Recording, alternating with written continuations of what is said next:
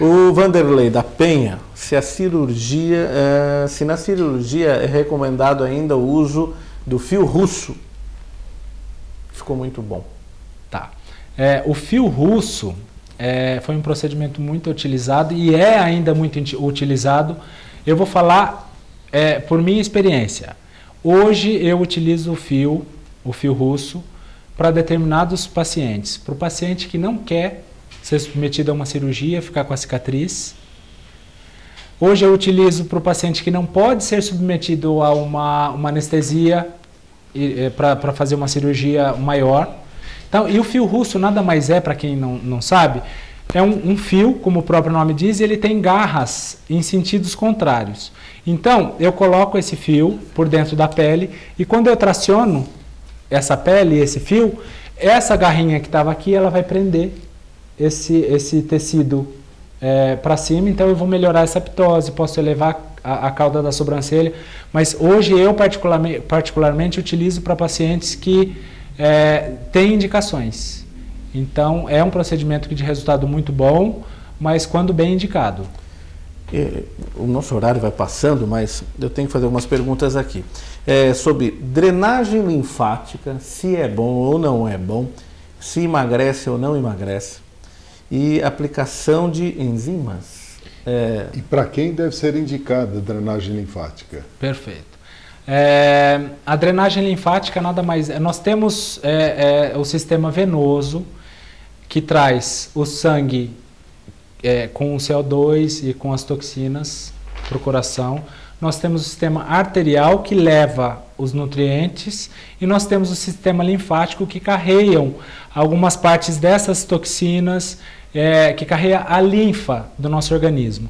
Então a pessoa que está com a perna edemaciada, a pessoa que tem uma celulite, a pessoa que tem uma gordura localizada, por deficiência de algum desses sistemas, ela é sim muito bem indicada. Só que, como eu disse no começo, qualquer patologia ela é multifatorial. Então só a drenagem não vai emagrecer ninguém, não vai tratar. A drenagem faz parte de um conjunto de tratamentos. Então ela é muito bem indicada sim, quando o paciente, por exemplo, está fazendo uma aplicação erroneamente chamada de enzimas ou mesoterapia, que também não é o termo correto, que seria intradermoterapia. Intradermoterapia nada mais é do que eu colocar no local medicações que auxiliem a quebra dessa gordura e a compactação dessa gordura. Só para que vocês entendam, a gordura ela tem dois tipos de receptores, um alfa e o beta. O alfa é tudo que faz ela aumentar de tamanho, o beta é tudo que faz ela diminuir. Então, nada mais eu vou estar fazendo que colocando medicações que estimulem um e que inibam o outro. Por exemplo, a cafeína eu posso usar no local injetado, por quê? Porque ela vai estimular o receptor que faz a célula diminuir de tamanho. Hormônios de tireoide, tiratricol, posso colocar L-carnitina para o paciente que faz uma malhação, que tem um hábito de academia. Então, a intradermoterapia, que erroneamente é chamada de enzimas, eu posso usar a mescla específica para o paciente que quer diminuir medidas, para o paciente que quer perder gorduras localizadas, mas lembrar que mesmo a mesoterapia ou a intradermo ou as enzimas não é um tratamento único. Tem que ser feito uma mudança de hábito, tem que ser feito drenagem linfática, tem que ser feito o esforço físico, uma mudança alimentar. E essa aplicação, o resultado é rápido? Então, depende de paciente para paciente. Tá. Tem pacientes que eu vejo que logo a partir da terceira sessão eu já vejo um resultado de diminuição de medidas e diminuição da gordura localizada muito grande. Tem outros que o metabolismo é um pouquinho mais lento que eu vejo esse resultado a partir da sétima sessão. Normalmente estão indicados 10 sessões, uma por semana, para cada paciente, dependendo da dose de medicação que eu uso, e depois uma manutenção, uma a cada mês ou uma a cada 2 meses, dependendo do metabolismo desse paciente. Sempre alertando aos riscos quando se faz em lugar não apropriado. Exatamente, e lembrar que é um procedimento médico que nós vemos sendo realizados em academias, em clínicas de estéticas sem médicos acompanhando. Então, é um procedimento médico, então tem que ser realizado pelo médico. Muito bem. A Luana da Vila Aparecida é que ela quer saber sobre a cicatriz de acne nunca sai, sugestões para melhoras, acho que já explicou também, né? Se quiser reforçar alguma coisa. Né? Bom, reforçando, é assim, não sei se ela chegou a Luana, né? Não sei se ela chegou a ver, mas assim, o tratamento de excelência para a cicatriz seria o laser de CO2 fracionado. Danielão? Doutor Fábio, aquelas senhoras que têm estrias, o que o senhor pode recomendar para aliviar esse fardo pesado? Bom, como você bem disse, nós vamos aliviar esse fardo, né? Porque a estria nada mais é do que uma cicatriz. E cicatriz não tem como a gente exterminar, né? Então, as estrias nada mais são do que um estiramento dessa pele, e essa pele se tornou tão frágida que ela acaba cedendo. É ruptura de fibra? É uma ruptura de fibras. O colágeno na nossa pele, ele é todo organizado no mesmo sentido. Quando eu tenho uma estria, esse colágeno ele fica desarranjado. Ou seja, ele não vai ter força para manter essa pele.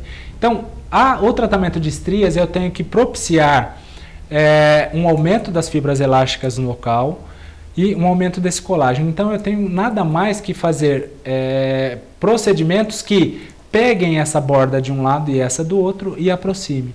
As estrias finas, a tendência é de desaparecer. Lembrar que o tratamento da estria, quanto mais rápido realizado, ou seja, a estria que ainda está naquela fase vermelha, a gente vai ter um resultado muito melhor do que aquela estria que já é de longa data ou esbranquiçada, que a gente chama de nacarada, né, uma cor esbranquiçada.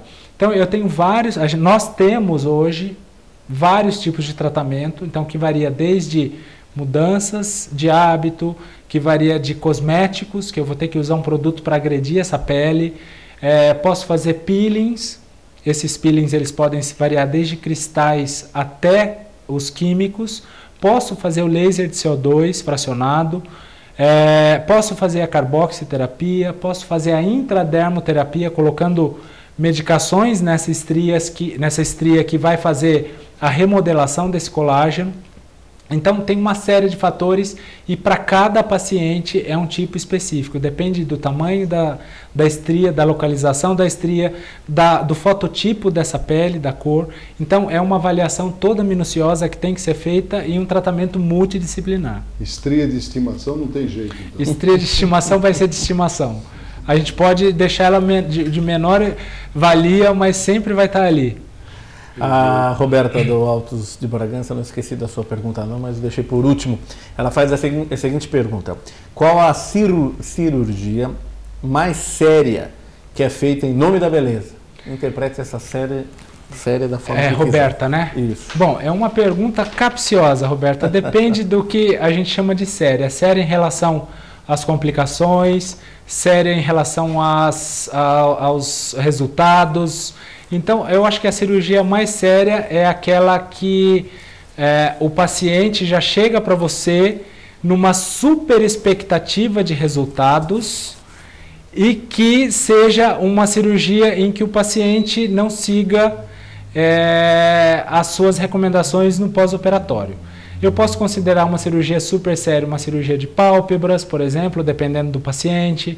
Eu posso considerar uma cirurgia super séria uma lipoaspiração mal indicada, com alguma complicação. Eu posso considerar uma cirurgia super séria, uma colocação de prótese de mama que fique com uma simetria. Depende do antecedente do paciente, depende do médico que está realizando, depende do material utilizado. Então, é uma pergunta que é muito difícil de responder, mas é que vai depender de caso para caso. Doutor Fábio, está chegando uma pergunta da cidade de Atibaia. Como evitar aquelas manchas das mãos? Tá. Evitar as manchas das mãos. Um belo de um protetor solar e luvas quando for, por exemplo, dirigir o seu carro.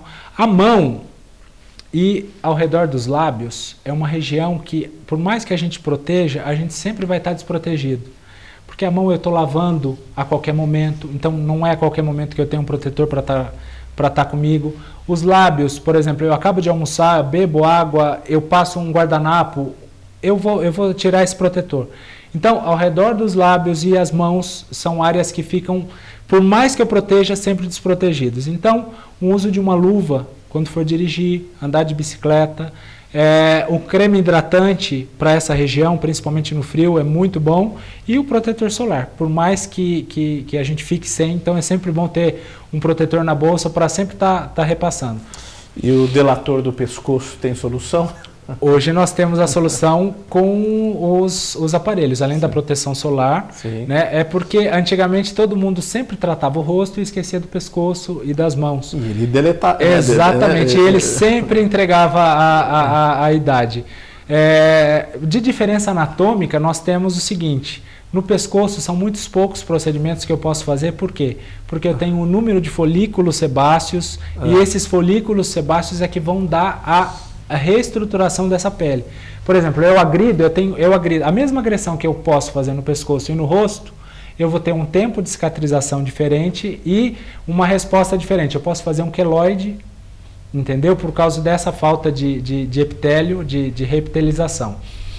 E hoje o tratamento de excelência para pescoço, eu ainda falo que são os lasers, né? Que são os infravermelhos que vão fazer a contração desse colágeno. Mas lembrando, como eu sempre bato na tecla, que tem que ser um tratamento multidisciplinar. Carboxiterapia, um peeling mais leve para esse pescoço, a radiofrequência, o infravermelho, tudo isso vai ajudar muito no tratamento. Pena que o tempo acabou. Eu sabia que tinha muitos assuntos, eu vi que as suas perguntas faltaram aí, mas não vai faltar a oportunidade do doutor retornar aqui com a gente. Doutor Fábio, obrigado por ter vindo. Foi um prazer conhecê-lo. Está aqui no programa Coletivo de Imprensa. Vamos sempre procurar aí. A idade é bom. E eu que agradeço o espaço para poder esclarecer alguns pontos, para poder auxiliar a população a dizer, pelo menos assim, que fique dessa entrevista aqui a fotoproteção. Então não esqueçam do protetor solar. Não precisa fazer tratamento nenhum, mas o protetor tem que usar todos os dias e viver uma vida feliz e o máximo de saudável que a gente puder. Eu agradeço a oportunidade de estar aqui falando um pouquinho para vocês e de conhecer pessoas tão maravilhosas quanto vocês. Que a beleza interior ainda prevaleça. Com certeza. Não é? O doutor Fábio falou que nós nunca devemos escanhoar a nossa pele. Exatamente, a barba sempre de cima para baixo e nunca de baixo para cima. Com o tempo, os pelos eles se moldam e vai ficar legal, depois de 2 semanas. Você entendeu, Antônio Carlos? É difícil sair do banho e falar, você não vai fazer a barba, mas eu acabei de fazer a barba.